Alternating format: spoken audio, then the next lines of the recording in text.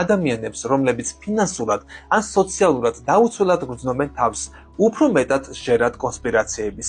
ამით ასევე აიხსნება, რატომ აღზევდება ხოლმე კონსპირაციული აზროვნება კრიზისების ხანაში, რადგან ამ დროს ადამიანები ფინანსურ და ჯანმრთელობასთან დაკავშირებულ დაბრკოლებებს აწყდებიან. გავიხსენოთ თუნდაც სულ ბოლოს COVID-19 ვირუსისა და მათი საწინააღმდეგო ვაქცინების მიმართ მსოფლიო მასშტაბით აგორებული შიშის კამპანია.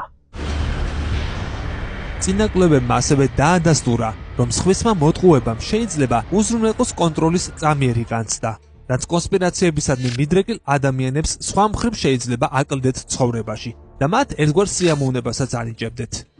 ამიტომ იმ მზარდი სტრესისგან გამომდინარე, რომელსაც ყოველდღიურ ცხოვრებაში ვაწყდებით ძალიან ბევრ ფრონტზე, ახალი კვლევის შედეგები სულაც არ უნდა იყოს გასაკვირი, რომ ადამიანები მზად არიან სოციალურ მედიაში შეთქმულების თეორიები გააზიარონ, არამხოლოდ არსებულ რწმენათა გასამყარებლად, არამედ მთელი პოლიტიკური სისტემის წინააღმდეგ სხვების მობილიზებისთვისაც.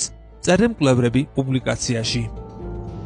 ამ კვლევის გარეშეც ვიცოდით, რომ კონსპირაციული იგივე შეთქმულების თეორია არის თეორია, რომელიც ამტკიცებს, რომ ჩვენ გარშემო პოლიტიკური, ეკონომიკური, სოციალური თუ სხვა სახის ცვლილება გავლენიან ადამიანთა მცირე ჯგუფის შეთქმულების შედეგია, რომლებიც მსოფლიოს ყურისებიდან მართავენ. შეთქმულების თეორიების ყველა მიმდევარი მარტივი გონების, ფსიქიკურად გაუწონასწორებელი ხალხი შეიძლება სულაც არ იყოს. ამ პორტრეტს გამუდმებით გვიხატავს პოპულარული კულტურა, ამბობენ ფსიქოლოგები. რატომ სჯერათ ადამიანებს შეთქმულების თეორიების და ტყუილების მარტივად? ამისათვის მეცნიერებმა 170 კვლევის მონაცემები შეისწავლეს.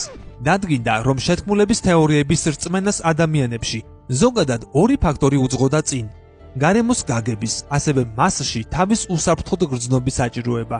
იმის შეგრძნების საჭიროება თითქოს საზოგადოება, რომელსაც თავს მიაკუთვნებენ, დანარჩენებზე უპირატესია და რაღაცით რჩეული.